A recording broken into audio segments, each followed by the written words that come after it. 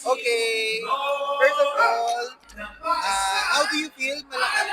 Yung reception ng tao sa mga content mo, overwhelming. Yes, I'm very happy naman with the reception of the content. Tapos hopefully masustain ko lang, ganun. And hindi sila magsawa. So yun. Sino nag-iisip ng mga ginagawa mong content? Mostly ako talaga. Not unless, let's say, brand collabs, suggest sila ng parang paano gagawin, ng content ideas. Pero mostly talaga ako talaga yung gumagawa. Yeah. Maraming nagulat kasi close friend mo yung anak ni Miss Moll. Yes. Yes. Paano kayo nagkakilala? Since bata talaga, we were close. Pero syempre malaki-laki yung agwat. So we became closer a little later in life na I was mga college and he was mga high school. Ay, sorry. And then he was mga high school. So doon kami nag-start. And then parang kung sa content naman, parang when I started doing TikTok, nakita niya na parang it was popping naman and he suggested if I wanted to enter YouTube. So sabi niya parang gusto rin daw niya pero parang hindi daw niya kaya mag-isa. Kailangan daw din ng katandem. So sabi ko, gusto ko rin talaga mag-YouTube. So we thought of doing Tim and Tom. And then parang first video surpassed naman our expectations. So tinuloy-tuloy na namin. Hindi ba ka nagkakapikunan? Kasi syempre, minsan mga pikunan yung mga ginagawa niyo, di ba? Yeah, pero parang sanay na rin kasi kami since nung even behind cameras, ganun na talaga yung relationship and friendship namin.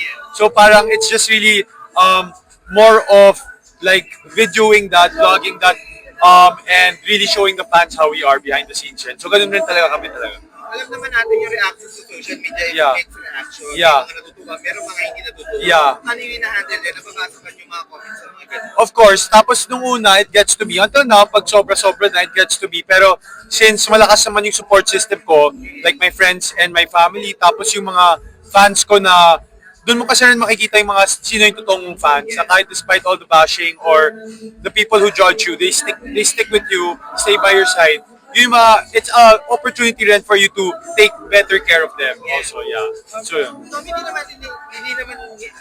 alam naman ng marami na Yeah. anak ni Sir Toby. Yes. Hindi ba napupunta yung mga attention ng mga political galit sa camera? Tapos napupunta sa'yo, hindi ba siya ganon? Wala ba ganon? Nung una, and until now, actually, minsan may mga political pag-usapan na political usapan na dumadating sa page ko. Pero ginagawa ko na lang is I avoid answering them. Because hindi naman sa apolitical ako, apolitical, or wala akong pake sa politics, but it's more of my platform is used to spread positivity and take a break from politics.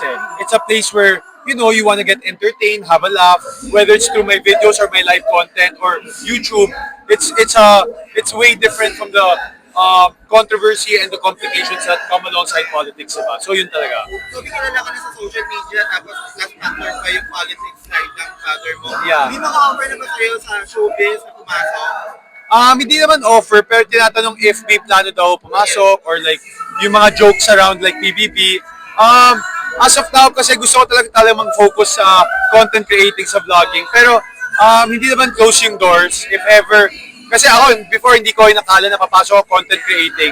And now that I'm here, I enjoy it. So, let's see na lang where life takes us. Baka one day, mapunta tayo doon. We never know, diba? Yes. So, Salamat. thank you.